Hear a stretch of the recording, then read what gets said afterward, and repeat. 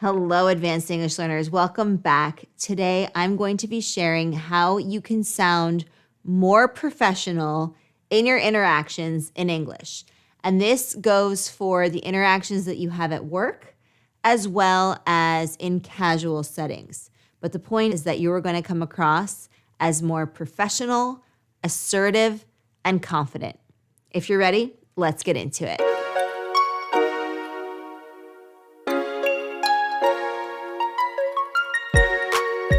All right, for the first tip here, I want you to focus on being calm and centered.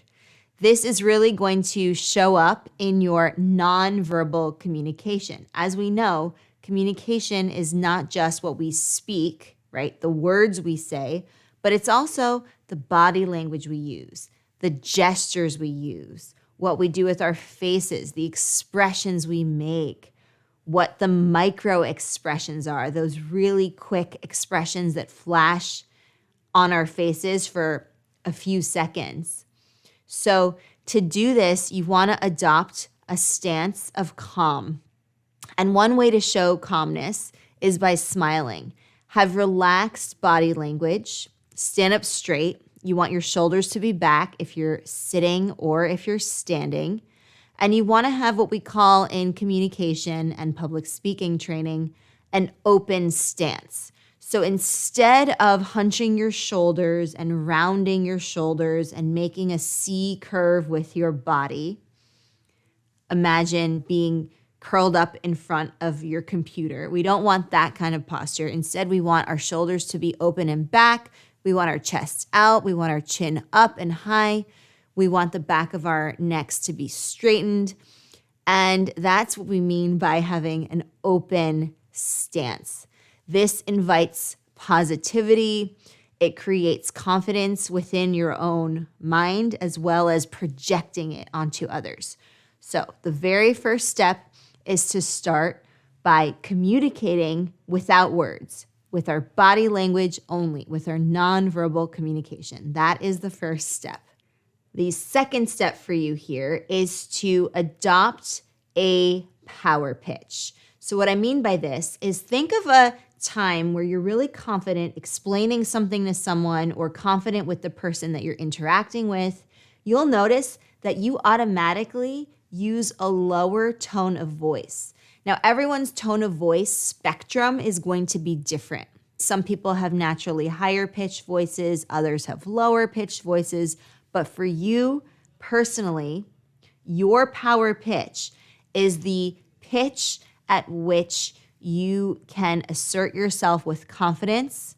And imagine explaining something to someone. You have no doubts about what you're explaining. You're not lacking confidence. You're not feeling insecure. So I want you to think back to a time when you adopt this kind of tonality.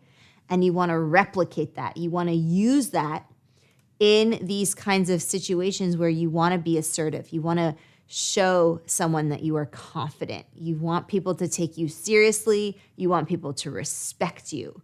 So one way of doing that is by adopting your power pitch, using that, and then also thinking about your deeper tones of voice. Again, for everyone that's going to be different. But the point is find your own power pitch and keep using that. The other thing to do is to make sure that you're not ending a sentence with rising intonation. If you end a sentence with rising intonation, you're probably asking a question. And if you don't intend to ask a question, then you should not raise your intonation at the end of your sentence. If I were to say, "Do you want any coffee? I'm about to go out. I'm about to go to the coffee shop. Do you want any coffee?" That's a question.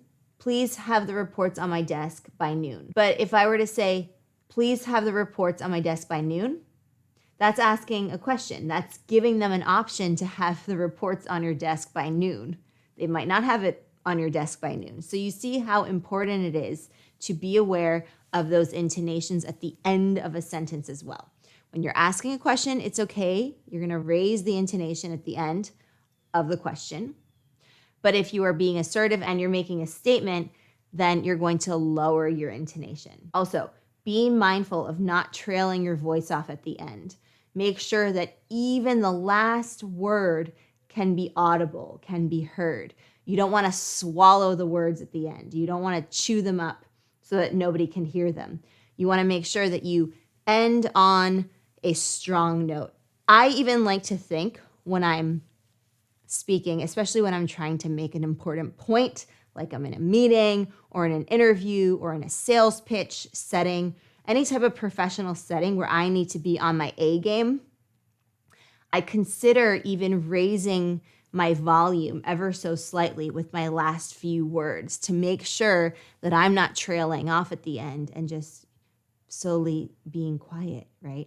So I'm exaggerating there, but you can definitely hear yourself do this if you pay attention to it. So please be mindful of not trailing your voice off at the end. Strategy number 3, don't rush. It is not a race to speak the fastest. You will notice that the people who are deemed powerful, that seem like they have a lot of clout and authority in the office or in the cafe or whatever space you find yourself in, you'll notice that they're very deliberate, even with their body language, even with the way they're walking. They're not in a rush. When they speak, every word seems to have import. It is of value. Part of that is because they're taking time to think. They're not just blurting out whatever comes to mind. They might even have a mental outline that they're going through in their head. And it's a matter of thinking about word choice. So don't feel like you need to speak as fast as native speakers. I want you to get that thought out of your head. I know that for many of you, it could be a goal. That's a fine goal to have. But when we're talking about trying to assert ourselves and sound more professional and be taken seriously, I really want you to think about not rushing. Be mindful of the words you use. Be mindful of the way you're expressing it with your tone of voice, with the body language, with your facial expressions and your hand gestures. How are you carrying yourself? So all of these can be done in non-rushed movements. Okay, so it'll give you a lot of time to think. It'll give you time to let the audience, let the interlocutors, the other people that you're talking with, time to process what you're saying so that they're on the same page as you. And it's a great way to show your confidence. Confident people are not frazzled. They're not rushing into things. They're not all over the place, scattered about, being a scatterbrain. They're calm. They're confident. They're taking it slow.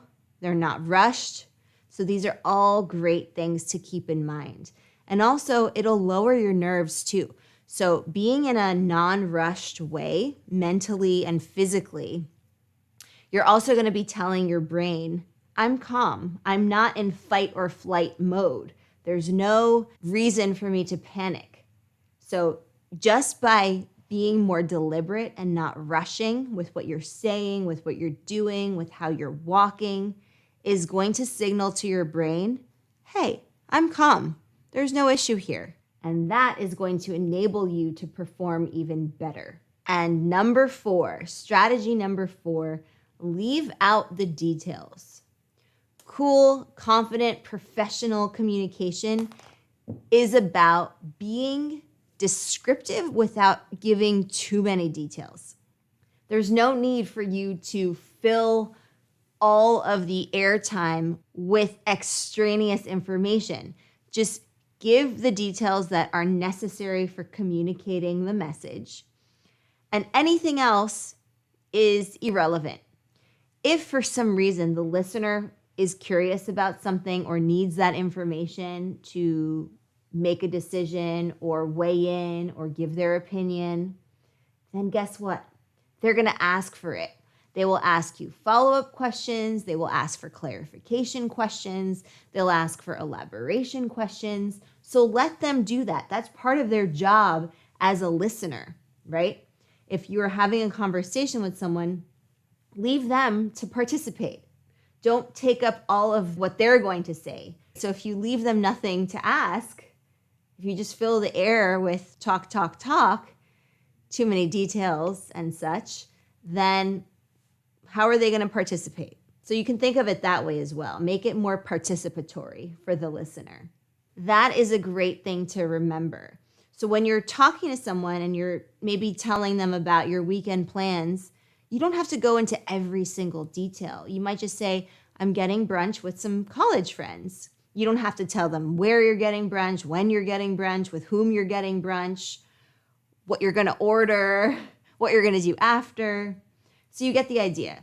Or let's say you have a hiking trip planned next weekend. You can say, I'm planning on going hiking. You don't have to tell them what mountain, what trails you're going to do, where you're going to go, with whom you're going, etc.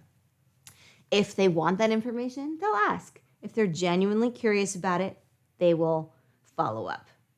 So amazing. Those are 4 actionable strategies that you can start doing right away as soon as in your next conversation. It really makes a difference with how you portray yourself, with the confidence you're going to feel in English as you do these things. My recommendation for you, instead of sensory overload by doing all of these 4 things right away from the get-go, I recommend that you take it one step at a time. Choose one strategy to focus on. Once you're comfortable focusing on that strategy, add the second one, and the third one, and the fourth one, and so forth. That way you have time to adjust, you feel more confident with the strategies, and you have time to practice. It's very important. I highly encourage you to try these out in the real world, in virtual interactions, in face-to-face communication, physical interactions. You want to be able to try them out. You might not get them at the first try, and that's the point. You want to practice them. You want to fail. You want to have that learning experience, that teachable moment. If you don't, then you're not taking risks. Then you're not going to level up, and you're not going to be in the space that you want to be. So it's extremely important that you try out the language. Try it out for yourself in different communication settings and see what works and what can be worked on and what can be tweaked and how you can improve and what sorts of things to think about in another interaction, in a future conversation that you have. All right, amazing work. Thank you so much, Advanced English Learners, for joining me for this lesson, for spending time with me. I'm really proud of all the accomplishments you've made thus far. I look forward to hearing about your progress. I look forward to hearing how these strategies go for you. Share that with me in the Q&A on Spotify, in the comments on YouTube, and feel free to send me a message as well. You can reach out. We have a contact form on our website, and you can just email me there. Also, I really encourage you to subscribe to the free mailing list that we have. I send out free worksheets based on the conversations that we have that I do with Greg, and we have a great time doing that, so I hope that you enjoy those conversations as well. They are a great way for you to improve your listening comprehension, your pronunciation, your vocab acquisition, among other things. I also encourage you to check out Exploring, our communication channel. So definitely check that out. You might be interested in some of the lessons on there as well. We have over 500 lessons at this point between Advanced English and Exploring. So lots of content for you. And I hope that you check out those strategies as well. Go to exploring.co. And you can also find us on YouTube and Spotify. All right, I will see you in the next one. We're going to continue advancing your English together. Until then, keep up the awesome work, and I will see you very soon. Bye for now.